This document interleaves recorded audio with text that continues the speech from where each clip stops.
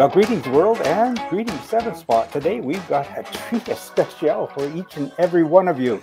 We are recording live from South Africa.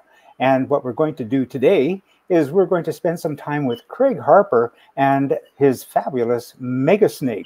But before we get started, I'd like to introduce our panel of guests. Today we have my partner in crime, John Minion, who is in Evesham, the United Kingdom. And of course, I'm 7-Spot Jim, broadcasting direct from Vancouver, British Columbia in the frozen north. Hi, everybody. Joining us also. I'm in the UK. Yeah. Joining us also is Winston in South Africa. Say hi, Winston. Hey, guys. Yeah, that's great. Hi, Winston. And also joining us by Braille is Cliff in South Africa. Cliff, would you like to wave your hands? And he just typed into his keyboard, "Hi guys." He's having a little bit of an audio hiccup, so if we can get it figured out, that'd be great. If not, John is watching the keyboard and he'll be doing the translation. I guess you speak Afrikaans as well, do you, John? Not me. Okay, Cliff, don't write it down in Afrikaans. So, without further ado, I'm going to bring in our featured guest, Craig Harper of Harper Sports. How are you doing today, Craig? Oh, fabulous. Very good. Nice to be here, guys. Okay, isn't it absolutely fabulous? And of course, you know, what we did before the show is I played a bit of a preview for the show, just a recording of sort of the how it's made of the MegaSnake, and it was quick and easy. But you know, I think that a lot of people don't have an understanding of what it means to build a sports car. And one of the things that you said in the recorded interview, which really struck home to me, was that in your experience, Cobras were kind of a vague type of a vehicle to drive. Can you just expound on that or just recap on that? Yes, I must just say that there's Cobras and Cobras. They come in all flavors, and the ones that I've experienced over the years are probably kits that were locally produced and probably assembled by amateurs, enthusiasts at home. Yeah. And they just weren't nice to drive at all. I wouldn't call them sports cars in general. Now, that doesn't cover all Cobras, and I've often wondered over the years what it is about Cobras that makes them, shall we say, they've got a reputation as being difficult to drive, and the ones I've driven have been not that pleasant to drive. And then a Cobra was dropped off with me in pieces, and the brief was to put it together. And so I've had a lot of fun over the last couple of years, just reimagining how it could be put together, and seeing if I couldn't make some sort of improvement to it, make it into a proper sports car, one that you can really drive, not just go from A to B, but really drive. And so I spent some time on the basic design and really focused on creating a very stiff, strong platform, and then connecting the body strongly to that platform so that it's one unit. There's no what I would call scuttle shape, and it's been a fun process. And I must say, it's brilliant. The car is lovely to drive. Because it's a short wheelbase car, it's got a powerful engine and it's rear wheel drive. It's very unforgiving, so it needs to be right, and that means that all the suspension setup, everything needs to be set up properly. When it comes to race cars or any car really, but especially a race car type thing, a race car can be fabulous or terrible depending on how it's been set up. That same car, no different parts. And I've really applied that to our Cobra, the blue one behind me in the picture, and I'm delighted with it. So it's been a fun process. It's been like getting to know a new friend and understanding what makes them tick. And yes, I now have changed my opinion about Cobras. They are spectacular cars to drive. They really are. They're beautiful, really stunning. Have you heard the style of the cars? Yeah, You've done a beautiful job. Yeah. I was gonna say, because they used to be known as the Widow Maker, and I know it's probably. I mean, you don't just do Cobras. You've got your Harper race car as well. I'm guessing a lot of the suspension geometry you've applied from the Harper race cars into the Cobra. And I know we'll perhaps come on to it, but I know you've replaced it was the Jag suspension arms and pickup points, wasn't it? And you've replaced those with your own in-house bespoke. Yes, on this particular prototype, it's a sort of a proof of concept. It's Jaguar. It came with Jaguar stuff, but I've made new links to try and get the geometry where I want it to be. I've moved the diff into a different place, which just changes all the angles of attack of the suspension, and it's very, very nice. I have to say, everything just runs in its correct range of motion. And I think Cliff will have something to say. You'll have to write it down for us in Braille so we can read it out. But Cliff's got a proper Cobra. He's got a super performance, and it's the real deal. Wow. And that is a very powerful car, and it's got as he will tell you. I haven't driven his car, but it takes your full attention. But it certainly isn't a Widowmaker, and that just is an example of what a Cobra could be like. It could be a fantastic car to drive. Yes, you need to pay attention with the short wheelbase, and you can spin up those back tires super, super easy. I see Cliff nodding his head. And so that does take care. But, you know, if you drive within the car's limitations, you can have an enormous amount of fun with the Cobra. And the Harpers, look, I haven't used geometry from the Harper. The Harper's a mid-engine, I would say, sports car / supercar. It's super high performance. And honestly, it's different to a Cobra. You can't beat the laws of physics, and the traction, the way that it's balanced, it's a faster car. But is it a better car? That depends on what you're looking for. If you're looking for a classic experience, then I think the Cobra is really, it's properly set up. It's a wonderful car to drive. Yeah, and I think from a social point of view, for instance, this is just my own experience of going to a meet where somebody's got a Cobra or a Cobra replica. What can you say? It just gathers attention. People look at it and they smile. You know, exactly. Yeah. Anyway, so we've had fun. I've had fun getting to know the Cobra. I've had fun learning its idiosyncrasies, and I'm looking forward now to taking this prototype through to a production model, which we'd like to sell. So that's what I've been sinking all my time into over the last 12 months. Well, let's take a look at what we've got so far. You sent me some photographs, and glamorous as they are, why don't we dive in and take a look? Great pictures, by the way. Let's start with slide number 1. Harper Sports Cars MegaSnake with Craig Harper. Here we are. Here we have it. What have we got there? Tell us what we're doing. Well, that's the prototype, and it's just well, there it sits. It's absolutely gorgeous. I get credit for choosing the color scheme, interior and exterior. I don't get credit for that beautiful shape. Absolutely gorgeous. And the car that I got dropped off with me was in scruffy black. Those wheels came with the car, but again, painted black. So I just had them cleaned up and painted beautifully, and I think they look absolutely amazing. They're a talk wheel. What a gorgeous shape. The rear wheels as well, with your suspension redesign. You moved them slightly further forward, didn't you, to get them more central, I think?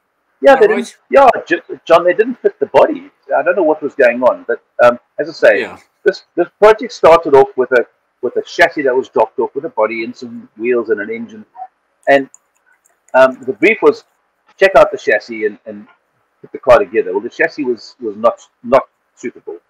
It wasn't usable.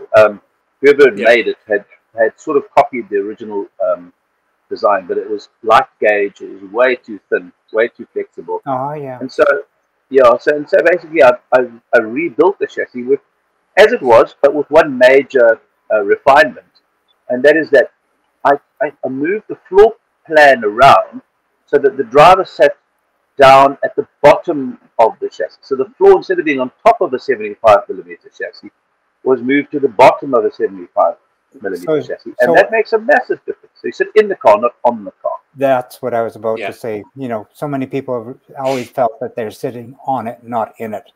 So that's moving right along. Who is that handsome man on the left? With a slightly expanding bald spot. That would be me. That would be me. Nice. Well, that's because you got the. That's because you got the wind in. That's because you got the wind in your hair. Surely. That's my excuse, John. That's my excuse. We took the cars. We took the cars to a place about 400 kilometers east of us here, and it's called Maringsport. It's a canyon that cuts through the mountains, and we had some beautiful pictures taken. They really make the car look stunning. Absolutely lovely. I love them. Yeah, absolutely fabulous and great shots. Clip has something to say. That's from all the teething issues he hasn't told you about. Is he referring to the bald spot? Yes, he is. He's probably referring to my bald spot. I've got nothing. I've got no excuse for mine. Then that's all I can say. Moving on. I really like this shot because, you know, as a 7 owner, this is the thing that we covet. Well, we haven't got one. There's absolutely no place to put anything, and that is such a great shot. Yeah, it really is. I mean, the cars. So that's something I've also discovered in my journey. The Harper has got almost nowhere to put anything. It's meant to be a sort of a race car that you can drive on the road. Mm-hmm. And Troy, you can see my darling Troy on the left in the picture there, waiting for me to get my act into gear.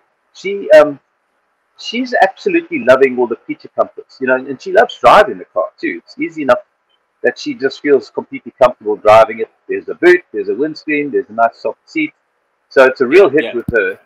And she loves driving it whenever she gets the chance. You know, just any excuse. So that for me is a major compliment. That it's easy enough and not intimidating for her to feel comfortable driving. That's a good. I was going to say, if you're going to potter around because you've got such great torque at the bottom end there, you don't need to thrash it, and it will just pull really, really cleanly, but obviously safely as well. So yeah, great.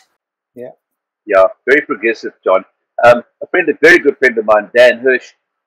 He's a Ford guy. He drags, sort of drag Mustang, and he's an amazing person. He helped me on the engine, and he specified, he helped me choose a can that would be torquey, that would rev, but it would be torquey. Mid-range is the key thing. Not too lumpy on tick-cover, which is what most of them suffer from if you go for a big cam. Yeah, not too lumpy on tick-cover. A nice lopey can. It's got a nice, I would call it a nice lope at idle, so you can hear that it's got something in there. But it's so responsive on the throttle. It will never be a 7-litre engine. It's a 289 in this car. I was going to say yours is the Ford Windsor 298, wasn't it? I think 289. 289. Yeah, Ford Windsor. Yeah, good Canadian engine. Is it a good Canadian engine? Okay. Yeah, I didn't know that. Windsor, Ontario. So look at this picture now. It's kind of, I love the way the car looks. And, you know, guys, I'm a suspension guy at heart. It's the most important part of the car for me. I when I was younger, very young, getting into racing, following my dream, there was no money for go faster stuff on the engine. My dad eventually decided he was going to get me tires and what have you. But there was no sort of go faster bit. So I had to really drive the car, learn to drive it fast, and that meant it had to handle well. So I just love this picture because the car looks well planted there. It looks well set up and planted. Mm-hmm. You can't tell how fast it's going. It might be parked, I don't know, but it just looks like it's crouching. I like it. Yeah, the stance looks spot on. Oh, it looks fabulous. The front to back rake as well, which some of the Cobras, they just don't look right. Mm-hmm. Well, you mentioned, Craig, that you had done some revision to the rear suspension using the Jaguar parts. On the front, it's the Jaguar spindles as well? On the front, it's Jaguar spindles, yes. I've upgraded the dampers and put in the adjustable dampers and mounted them a little bit differently. And I'm going to revise the front a little bit more. I think it could do a little bit more faster. Mm-hmm. I like a more positive centering action on the wheel and a bit more feel. And something I'm dealing with on the prototype, which I'm not going to spend too much time on, is that the rims on this car have a zero ET, a zero offset, mm-hmm. and that means that there's quite a big scrub radius, which means that each wheel experiences quite a torque. If you hit, for example, a pothole on one wheel, or something happens on one wheel and not the other, that mm-hmm. creates a moment around the spindle. I don't want to get too technical, but you feel that in the steering, and so I won't spend too much time trying to get this prototype even better. I think when we go to the production model, we'll be moving away from Jaguar stuff and moving towards BMW stuff, and then we'll get the scrub radius and everything just the way I want it. I won't use anything inherited from the original project. Good stuff. Moving on, this is the most spectacular location you chose for this video shoot. It is dramatic. Can I say that? Yeah. Stunning pictures. It's beautiful. Absolutely beautiful. It's a canyon that's about 11 kilometers long. It cuts through a range of mountains called the Swartberg Mountains. And we go there once a year. We go there for 2 nights in general. Stay just outside the canyon. There's a lovely little village, and it just makes for amazing pictures. But it also, and this is something that the electric vehicle lovers won't get, the sound of the cars echoing in the canyon is spectacular. Oh, yeah, I didn't think of that, but yeah. It's just like tunnels, our favorite thing, tunnels. Tunnels. Yeah. I just want to comment that the interior looks so beautiful and clean. Thank you. And I love the color combination. It's just really stunning. Yeah, that I can take credit for. I didn't want to go black. I thought black's not a color, and I wanted something rich tan, or biscuit. So yeah, it turned out so nicely. Yeah. I would like to, when we go forward, I won't use those black rimmed gauges. I think we'll use some lovely silver, chrome bezeled Smith's gauges. But those are fine. Those are good quality gauges. So they came with the kit. Just beautiful and clean. I love that, and not confusing. It's just everything you need, but it's right there. Thank you. I'm glad it works for you as well as for me, because when I was a teenager, I was drawing dashboards. The more gauges, the better. The more fixes, etc. But this is just does everything that you need. And I don't, in all my cars, I don't like to have a plethora of switches on the dashboard. I like to have the stalks like normal cars have. So you've got the wipers, the indicators, high and low beam, all that stuff on the column where you can touch it with your fingers, and it just makes it for a more professional sort of it's product. A visceral experience, isn't it? When you feel like you are in control. Absolutely. No, that's fundamental to what I like. Yeah. Getting right down to it. Picture, guys. It looks like there's a mouth and a face with those 2 surprised eyes. So that might change. I don't know. What do you guys think? I quite like it. I very much like it. It's very. I'm seeing a surprise face with a little prawn line over the top. What do you think, Winston? Do you like it? I like it. I like that. I mean, it's better than what I've seen on other builds. Amazing quality on this. Yeah, you got your 2 main dials right in the centre there. That's all you need, really. Well, your revs and not necessarily your speed, because you tend to know what speed you're doing. But yeah, you've got the main ones right in front of you, and then the supplementary ones above. I like it. Yeah. Thanks, John. It just adds to the driving experience. It's you and the car. That's really what's important. And that steering wheel, it's got a really thin rim, which is interesting because I generally want to go for a thicker rim steering wheel, but it really works. You almost drive with your fingertips. This car's got power steering, and it's got a super direct steering action, and that thin, it just falls into your fingers, and it encourages a delicate approach to steering. I love it. Really has it got a quick rack, or how many turns of the steering wheel lock to lock? It's got a super quick rack, John. It's got a super quick rack. I think it's probably 2.5 to 3 turns lock to lock. Oh, that is quick. Yeah. Yeah. Ross Nicholas just commented. He said he's sorry, guys. He got delayed at work, so I just sent him a quick message. Anytime, if he can make it, he can pop in. So we may have a Ross experience. Well, Ross is probably Ross owns, I think, what is probably the largest collection of Cobras anywhere. Well, I think that we're probably going to have to pay a visit to his shed, aren't we, Craig? Oh yes. I think that's a very good idea. Yeah, very good. Well, let's move on to the next slide. Yeah, I can't see any comments coming through on my screen here. They may be coming through on YouTube, perhaps, rather than StreamYard. I'm looking at StreamYard comments. And I'm just looking at our Anyway. Facebook page, and I'm seeing he just commented they're Yeah. using Messenger. So, you know, Yeah. we're multitasking as best as we possibly can. As we know, anything that can go wrong will. Oh yeah, that's technology for you. Yeah. I'm interested in this shot because of the roll cage on this. Now, typically, a Cobra doesn't necessarily have the high hoop that is like 4 to 6 or 8 inches over the head. And I have to ask you, with yours, Craig, how does it sit with you?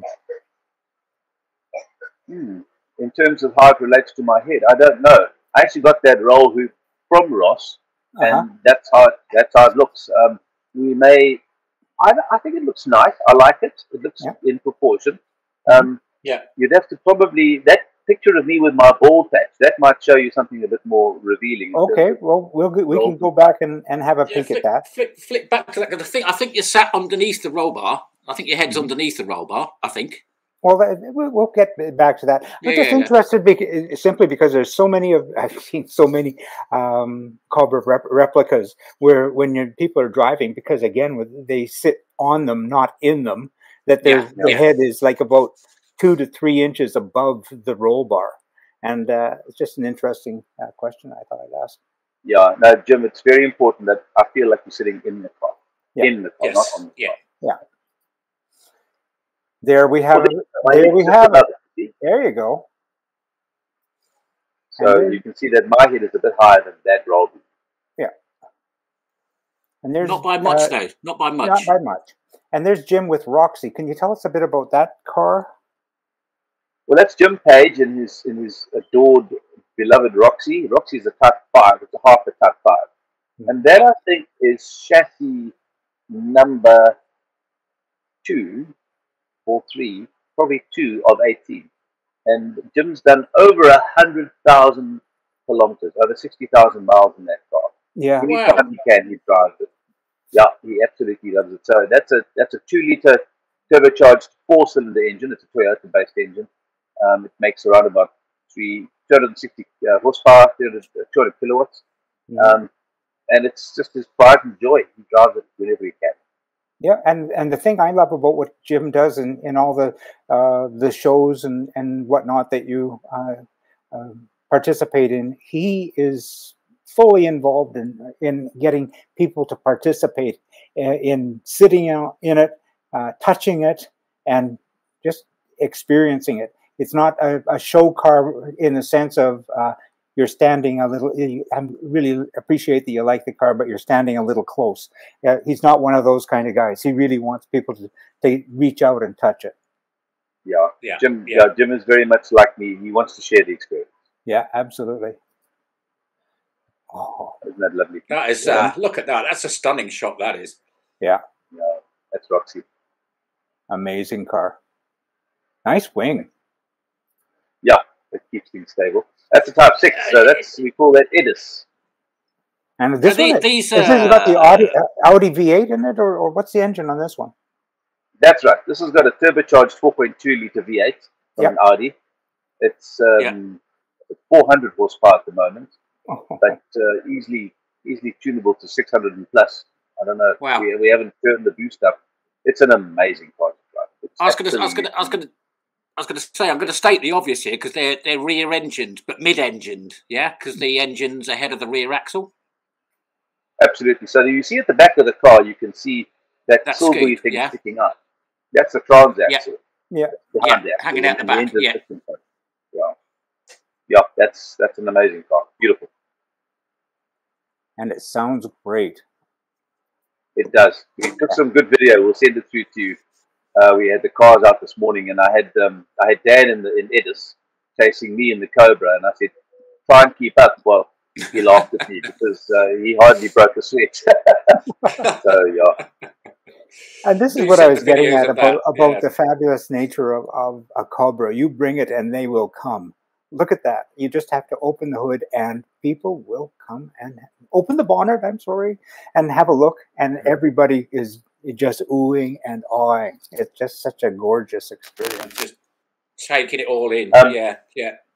You know, I'm sad to say this, but there's a decline in the number of people, I would say, like us, who appreciate engines and real engines, not plastic covers over engines. And when you open up the hood like that and you look at the V8 in there with the proper genuine 4-barrel on top, and it's just, it's like a surprise for many people to say, oh, there's a real engine in there, a real combustion engine, It's fantastic. We should celebrate it. Not a Tesla. Although it's a Windsor 289, it has been tuned specifically for the car, which is really an experience too that most people wouldn't understand. It has been. The engine, the sports car, I don't know if you guys, I'm sure you'll agree, let's see, but the sports car should have an engine that's enthusiastic and wants to rev out. And it's happy revving up. That's what I think is important. So the engine should be profiled with not a lump of torque at the bottom and then it won't rev like a tractor. You want that punch, that mid-range punch. You want that instant response, basically, so you feel like you're superhuman. You hit the throttle, you get exactly what you want instantaneously. And so that's why we profiled the engine we have the way we have, with the heads. The heads have been flowed nicely. The compression ratio is where it needs to be. The can is matched to that rev range. The carburetor and the intake are matched. Everything's matched up, and it's really a stunning little engine. I actually really love it. I was going to say, you're on traditional carbs as well. Must get a great induction roar. Well, it's got the big end. You don't have the induction roar. I wouldn't say like a set of open side drafts like on the bike engine cars or those. Not the same as that, but I mean it's more about the exhaust. The exhaust notes on these cars are spectacular. Well, that's another point I was going to add. You've eliminated. I take it that you've eliminated or you still have the side pipes, but now you have some dampening of the sound. You've added some mufflers, have you? Or something, wasn't it? Yeah. Yeah, I've added silencers. No silencers really just take off the top notes, the high frequencies. The bass comes through, and it's beautiful. Yeah. Now, this car is still under development, and although it will be for sale, the dumb question I have to ask is, it's number one, how much are you looking at for someone who may be interested in doing a purchase? And then secondarily, how will it be available? That's a good question. I'm reluctant to go too firm on price at the moment, but I'm going to speak in South African rand at the moment. So everything that we make, that's the car, the platform, excluding things that you can step off a sheet, like the engine, the gearbox, the wheels, tires, the brake choices, etc. So you get an engine, a car that is essentially a blank canvas. We would like to sell that as an introductory offer at $500,000 rand, 500,000 rand. I think that's about $25,000 US. I'm not exactly sure. That's very reasonable. But the finished price. That's cheap. But you have to but you need an engine, John. You need an engine and a gearbox. So let's just say cheap. Let's just say you want a Roush 427, with a Tremec 6-speed. That is $500,000 rand by itself. Yeah. So you see, you can easily spend $1 million rand on a car like this quite easily, quite easily. On a proper 427 with proper Halibrand wheels and all that stuff, you can spend $1.5 million rand. So it's really up to the client, and we're going to let the clients guide that process. Everything that is safety or performance related, we'll make the car, the platform, and make sure it's all done. And then the engine choice, we'll recommend an engine, and I think we'll recommend a small block V8 because it's a Ford. It should be a Ford in there, but it doesn't have to be. So it's not the LS3 will go well. It's not a finished car. It could be a finished car, but it's not only a finished car. And it's a bridge. It's not available as a kit, but you can purchase it with all of its suspension set up, and all you have to do is pick and choose how you would like to finish it yourself with your own engine and that sort of thing. Yeah.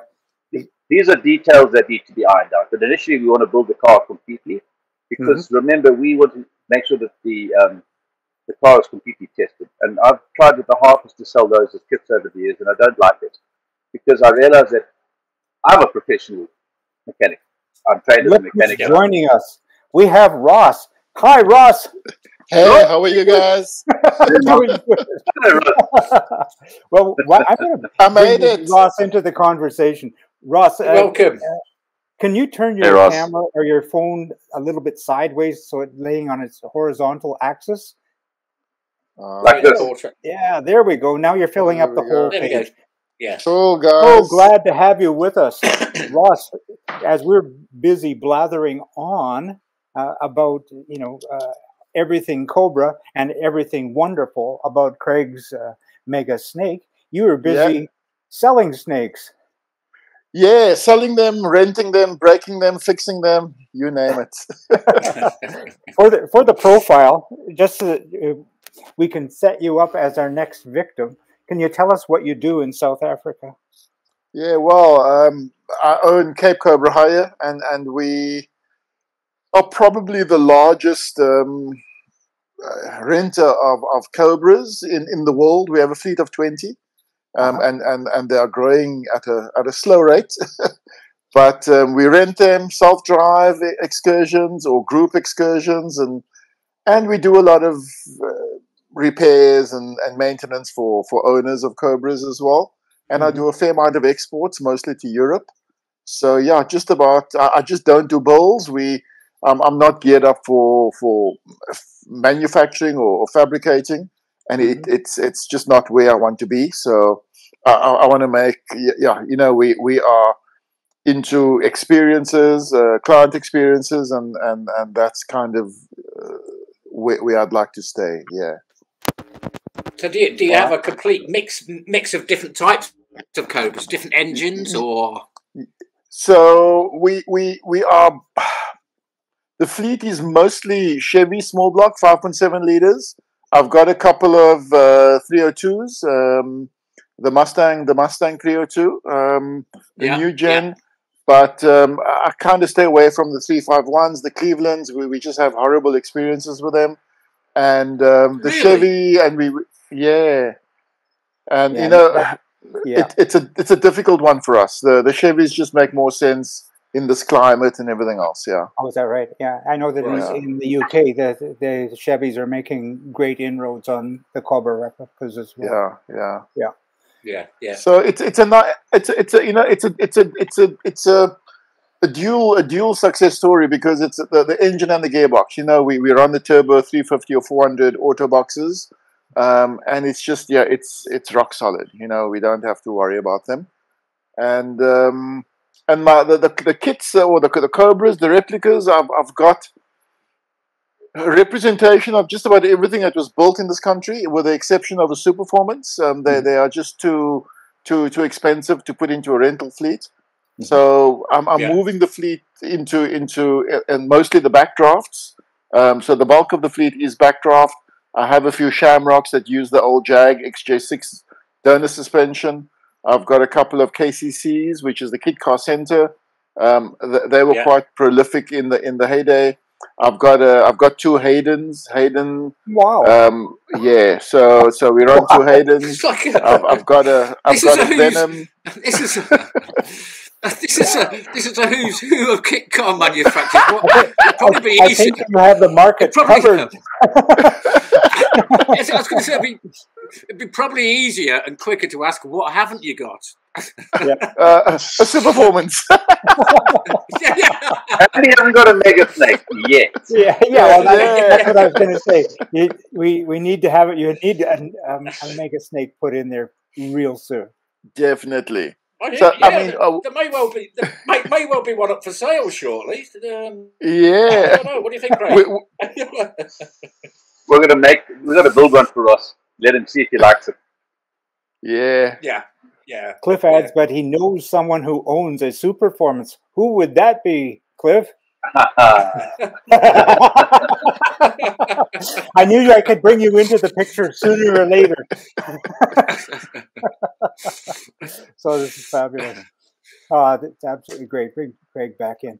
Craig, this has been absolutely wonderful. We always say we're going to make these things short and sweet, but we've been on for 35 odd minutes now.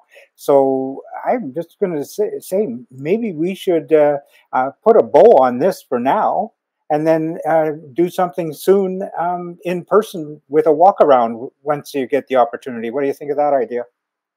I'm fine. That sounds amazing. It's been great to be here with you. I'm so glad. Who's that in the background? The beauty of the green screen. I'm glad you've had a test one. That would be embarrassing. I'm going to leave that into the edit. We're not taking that out. I'll tell it to be, please. So, guys, this has been absolutely fabulous. Jim, we got to do a walk around Ross's shop. I mean, when it's all the snacks in there, it's just amazing to see them all together. Definitely. Absolutely. And then we have to make sure that Cliff pays a visit, and he has to make sure that he uses his cell phone so that we can make sure that his audio is connected. I really so sorry, Cliff. It just didn't work out the way we wanted, but you know what? We'll make it work next time.